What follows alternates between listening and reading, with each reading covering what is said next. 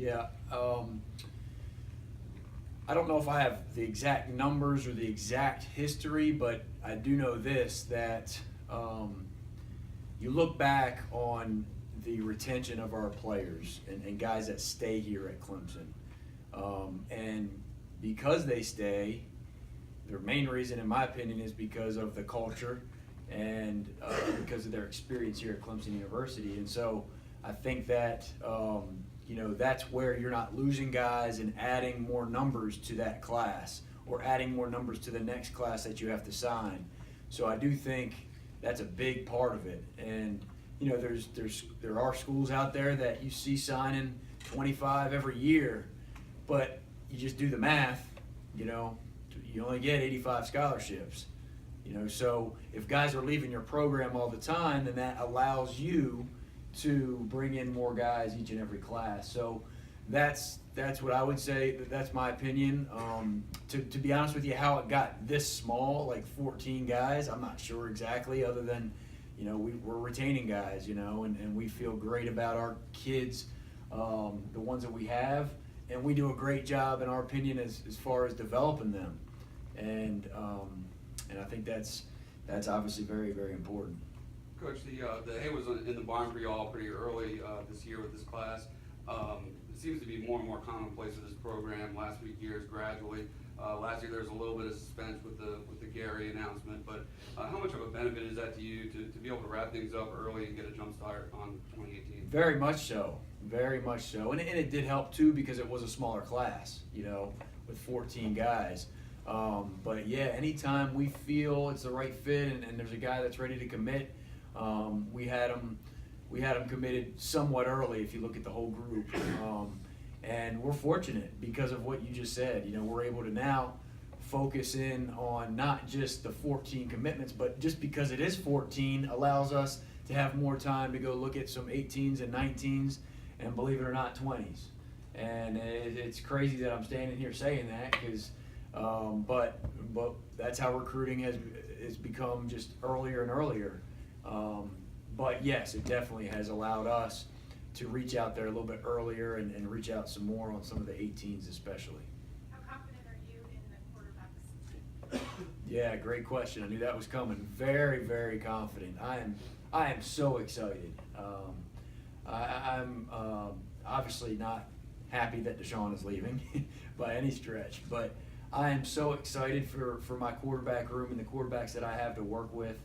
Number one, for the type of men that they are. I mean, they all have great character. There's no distraction. They're all willing to work hard. They're all coachable.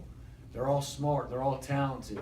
And so I'm just so excited to go into this situation to help continue to mold them. And, I'm excited because it's an unknown. There's an unknown out there. And the unknown is who's going to be the starter, come the 2017 season. And there's a lot of work to do.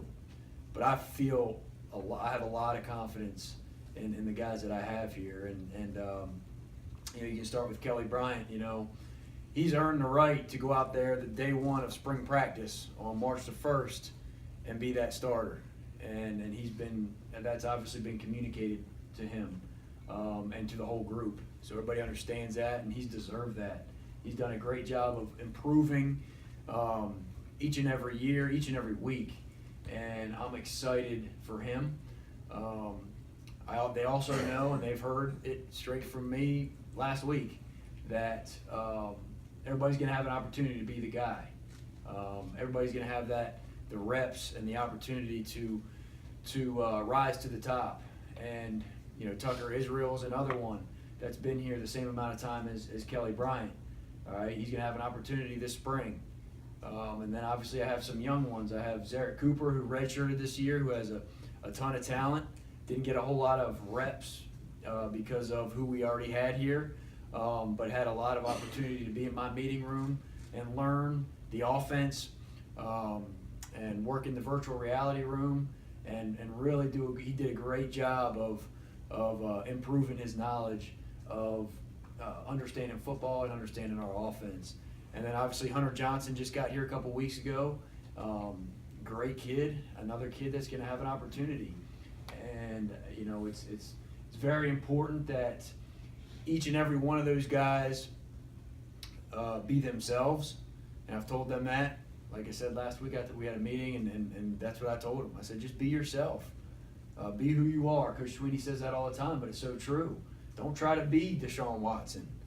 All right, don't try to be Nick Schuessler. Just be who you are, and be the best you can, and compete with each other, but help each other out, and things are going to work out. So, and then obviously Chase Bryce coming in the fall, in the summer, he's going to have just as much an opportunity. He just won't get the reps in the spring, obviously. All right, so when I say it's a wide open battle, it truly is. There's honestly not a guy in my mind that I'm like, well, who's going to get it?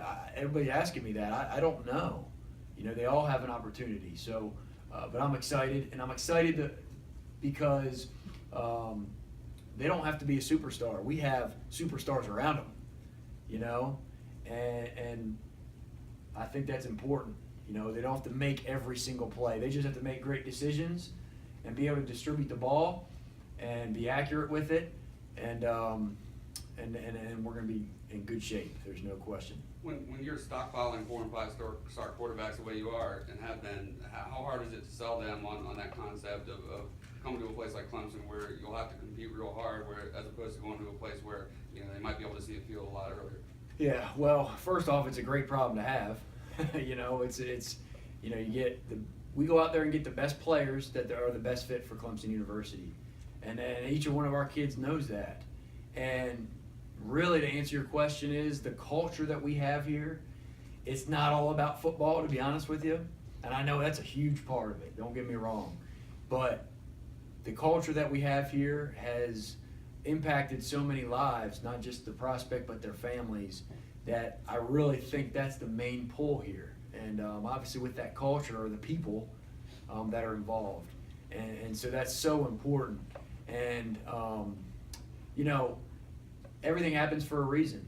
Everything happens for a reason, and I think that they all have their reason for being here or for deciding to come here. And if they just continue to be who they are, things will work out. And then it also is important for them to know that no matter where you go, there's going to be competition. And I think that's important. And I know we sometimes get caught up in the rankings of guys, but I'm telling you, if you're playing at this level and you're playing in a conference like the ACC and some of these other conferences, you're going to have competition. Doesn't matter what their ranking is that some of these recruiting people give them. All right, there's good players out there. So I think they understand that, and they understand what they're getting into, and they understand that they're going to have to compete from day one. You guys haven't really had